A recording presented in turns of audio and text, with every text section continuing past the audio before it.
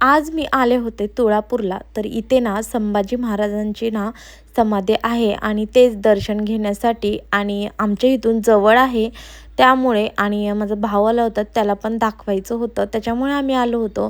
पण बघतो तर काय खूप सारं काम चालू होतं इथं त्याच्यामुळे सगळं फोडलेलं होतं. नंतर संभाजी महाराजांच्या समाधीचं दर्शन वगैरे घेतलं, फोटो काढले. नंतर आम्ही 3 नद्यांचा संगम पाहिला आणि त्या कुठल्या नद्या आहेत ते मी तुम्हाला सांगणारच आहे पुढे. नंतर संगमेश्वरांचं मंदिर आहे तिथे आम्ही गेलो आणि दर्शन वगैरे घेतलं. तर आज आमची ना ॲनिव्हर्सरी होती त्याच्यामुळे देवदर्शन पण झालं आणि छान वाटत होतं. आणि हे ना खूप प्राचीन मंदिर आहे हे. तुम्ही बघू शकता किती छान त्याचं काम पण आहे आणि जुनं मंदिर आहे त्यामुळे खूप छान वातावरण आणि खूप प्रसन्न वाटतं. आणि त्याच्या म्हणजे आजूबाजूचा परिसर पण छान आहे.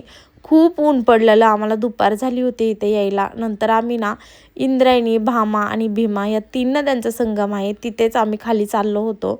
तुम्ही बघू शकता किती छान मंदिर आहे आणि नदी तर खूप छान आहे. 3 नद्यांचा संगम असल्यामुळे इथे ना गर्दी पण होती. नंतर मी तिथे तोंड हातपाय धुतलं आणि नंतर आम्ही निघालो.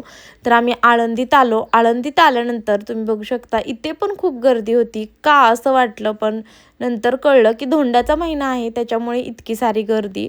तर देवदर्शन आणि अंघोळीसाठी लोक येतात इथे. आणि नंतर ना इथे नदीवर पण खूप सारी गर्दी होती ना. दुपारी आम्हाला उशीर झाल्यामुळे आम्ही हॉटेलमध्ये जेवायचं ठरवलं. तर इथे आदेशचं चाललं होतं हे पाहिजे ते पाहिजे म्हणून, कारण त्याला हॉटेलमधलं जेवण खूप आवडतं. नंतर आम्ही जेवण छान केलं.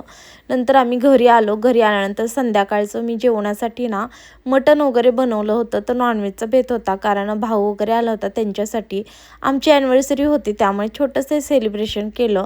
आणि तुम्हाला हा मोठा ब्लॉग बघायचा असेल ना त्रिकोण बटनवर देईल तेव्हा तुम्ही बघा. कसा वाटला कमेंटमध्ये सांगा. चला बाय.